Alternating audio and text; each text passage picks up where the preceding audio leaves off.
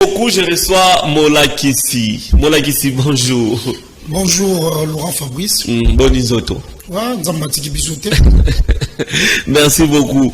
Batbalmoye Bananou, Molakisi. Molakisi a habité aux enseignants, aux professeurs à l'université pour la Takomba Molakisi ou bien les Araboués. Merci Laurent Fabrice. Merci de m'avoir posé ce genre de questions. C'est vraiment une question pertinente. Merci. Parce qu'il y a beaucoup de gens qui font des confusions sur ces noms. Ok. Bon, aujourd'hui, je vais éclaircir à l'opinion qui est en train de nous suivre. Très bien. Moi, je m'appelle Molakisi Kikobo Job. Donc c'est votre nom. C'est mon nom. Ah bon? Oui, je suis congolais de père et de mère, natif de Kinshasa. Je suis le communicateur de l'IDPS. Et mon nom figure sur la liste des cofondateurs de l'association Molakisi de Belle Vie du Congo. Très bien. Marié, père de plusieurs enfants. Merci beaucoup. Et ça, là, on a bien plusieurs enfants. Oui, mais si on éclaircir, pour Molakisi, le roi, sobouké, ça, là, débat politique, ça, là, tout ça. Non, non, c'est mon nom. C'est mon nom. C'est pourquoi aujourd'hui, j'étais vraiment. J'étais en train de vouloir expliquer à l'opinion qui est en train de nous suivre pour que l'opinion puisse savoir que c'est ça mon nom. Communicateur de l'IDPS. Comment se porte l'IDPS? Ouais, l'IDPS en forme est toujours en merveille. Malgré. Ouais, il n'y a pas de malgré. Malgré vos concateurs, vous ne semblez ne pas porter le poids des choses. Tozo Koka, Tozo Saleza Gebele. Toujours ça vraiment au monde na le baké baé bazana mission ndete ba au monde té et auto ça la vraiment ça ma casse tout ça li déjà belé courezateur maïzateur en boka.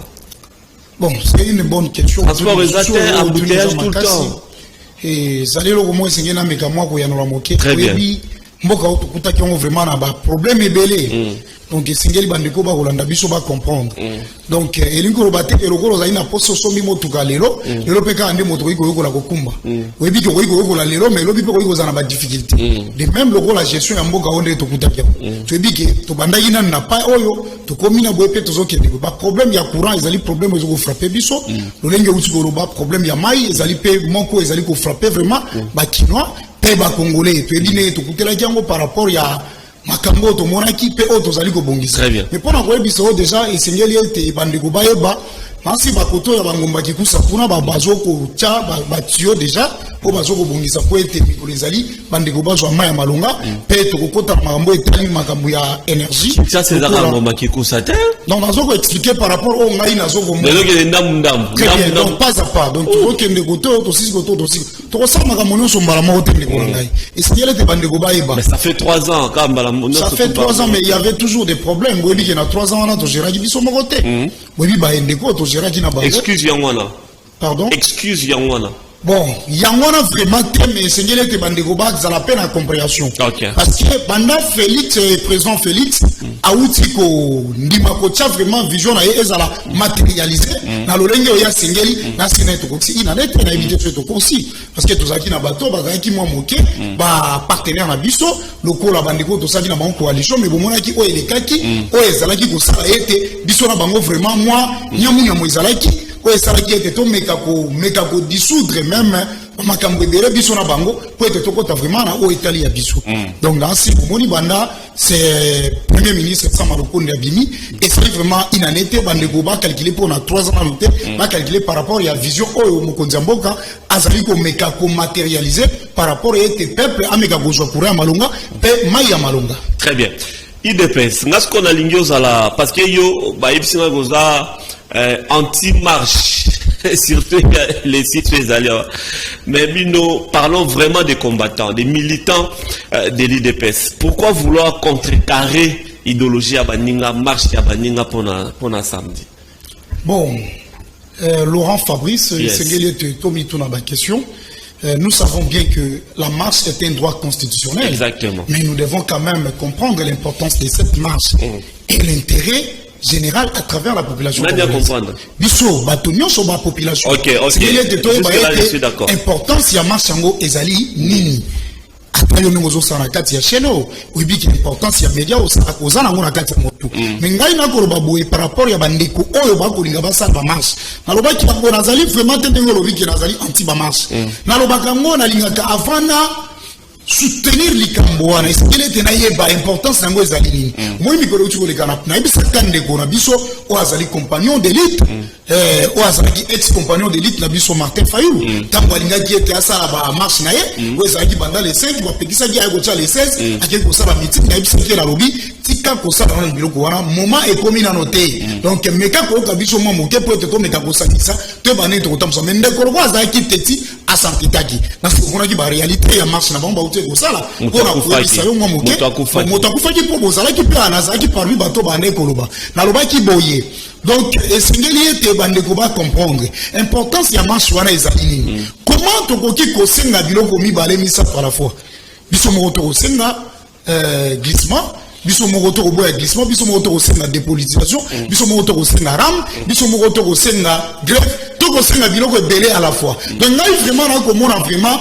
ezali lokola baide moko tolobaka baide moko vagabonde qui ne fixe rien de précis il faut que nous ayons la précision na makambo tozali kosenga toyeba ete soki nasengi moko esengeli ete nazwa mpe réponse nani ya moko avant nasenga mibale nayebisaki ndeko nalobi boye bien sûr nayebi ete ezali lolenge na yo ya koluka ete koaméliorer santé politique na yo mais ezali nano moma te parce que tozali na baproblème oyo toyebi ke esengeli tosala nakokolaki badéclaration oyo mokonzi ya mboka tata ekolo Félix Antoine Tshisekedi Tshilombo alobaki ete il y aura bel et bien les élections il y aura pas de glissement tokende na makambo kilikili te mendeko ya bandeko beta boso tolo na glissement tango tokimi na glissement aisukora makambo ya dépolitisation donc tokosenga ete toyeba importance ya likambo wana mpona kokende mosika te esengeli na yango vraiment na bokebi marche wana nayebisaki bango bokosala fiasco et puis ekokisama wana c'est le kanga azoloba ya samedi ndenge bino mpe bozolinga bo contrecarrer marche ya baninga bon na zasi ko comprendre ngai moi moké na litapona uti koloba na lobi la muka est en train de proposer des idées vagabondes qui ne fixent de rien de précis c'est l'homme là qui cite et ça ba idée moko ezala na précision te soki ezali na précision ekozala bien na précision moi makanisi moke po ete tomeka kokabola na plateau bien que plateau ezali yayo mituna yayo mais bien ekozala ngambo na ngai mpona koloba ezali boye ndeko na ngai Laurent tosengeli ete toyeba eloko oyo tozali kosala eloko oyo tozali kosala tokosala marche na problème nini au problème basengisi babiloko ebele nasi ozomona babi bakokende mpona makambo etali gratuité makambo ba grève ya bansenya balobi kaka bango kana kata marche wana tokokende mpona makambo etali ram tokokende mpona makambo etali bandeko ya este tokokende mpona makambo ya dépolitisation ya seni donc précision ezali te yango moni ngai na boya ka babiloko wana parce que namona ga ete kwa butini robote pona kobombela ote pour votre information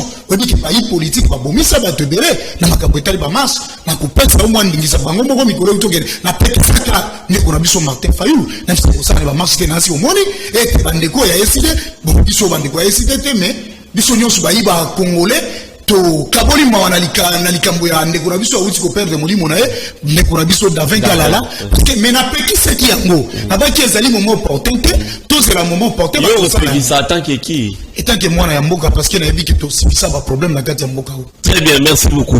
Et en réalité tu revivre déjà les samedis, vous maintenez que bino pe vous contrecarrer. Bon, toko contrecarrer bango te mais esengeli ete bandeko bayeba. Ah donc bon marché te. Tengana ngana au marché mokolo oya bango te. Bango ba osala plan na bango. Biso pe toko sala oya mokolo na biso par rapport ko landisa ma oba ko pesa biso instruction na oya tali parti na biso. Mais ko sala marche wana na oya biso déjà bien avant, c'est sera comme une goutte d'eau dans l'océan Pacifique, ça va pas bouger les pays. Nous tous nous sommes en train de ça le problème parce que vous minimisez hein. Non je ne minimise pas, je dis ce qui est. Yo la bloc wana te avec c'est Bakal, c'est FC, c'est Banini, qui fait ça, mais éviter aux ébullitions, les ça. C'est ce que je vous dis. C'est ça la réalité. C'est un bloc patriotique, n'est pas tout le monde, n'est pas commis. Mais il y a un bloc patriotique, et un bloc où est entravé bonne marche, il y a la République démocratique du Congo, où est banni déjà qu'on soit là pour être tokende. Donc, tout ça, la marche, où est l'objectivité, il y a marche, est-ce que vous avez déjà? Bien que bango réclamer biloko ebele c'est dialogue na sola na yo bandeko bakoluka dialogue ndeko na ngai Laurent Fabrice bakoluka dialogue tozonga na dialogue tolobi ete combien de fois biso tosali ba dialogue na kati ya mboka oyo oyo butisa na eloko te toyebi makambo oyo uti koleka makambo ebele omonaki ete comment na okomiti na pe question comment ndeko na biso Fayulu ye moko pour reconnaître président ou azali en place. Beaucoup de motona bossa na dialogue. Beaucoup de motona bossa na. Et si il était on reconnaître que nan motona azali nanu après to koluka nini to sa dialogue bon. Il faut qu'on a beaucoup ça sans président. Très bien. C'est qu'il de quoi expliquer puis sur ça sans président de la République. C'est tout à fait normal. Alors qu'est-ce que vous souhaitez pour la journée à samedi aux na Kinshasa to yebi ba marche ndenge Kinshasa mukoloana ndenge réalité ça la jour à la ville à Kinshasa. Qu'est-ce que toi tu souhaites les samedis molakisi makambe le kandenge nini? Moi je souhaite que la population congolaise reste sereine. À marcher, qu'elle ne soit pas manipulée par nos politiciens, surtout ceux-là qui sont de l'opposition, va manipuler bangote, va imboka va vendre kimia, motora moto va na nakunayi. Avant nazala kimia, toko bongisa makambo malamu, oyo sunga ete peuple azwa kura malonga, azwa maya malonga, azwa bilei ya malonga. Donc bandeko ba vanda kimia, surtout bandeko nga mingi na lingaka bandeko ba iko to ya changu. Pasa ka tout moment manipulé. Na lobaka ngo butu mwe na big. Place pour ça marche ezali ba place belé. Oh mais dernièrement bazali na 15 ans kuna comment ils sont na 15 ans mona ki réalité, je vais vous dire une chose. La réalité ce jour là c'était quoi? Le Laurent Fabrice pour na ko ebisa c'est belé te ba iko komani balanda biso na bokeki.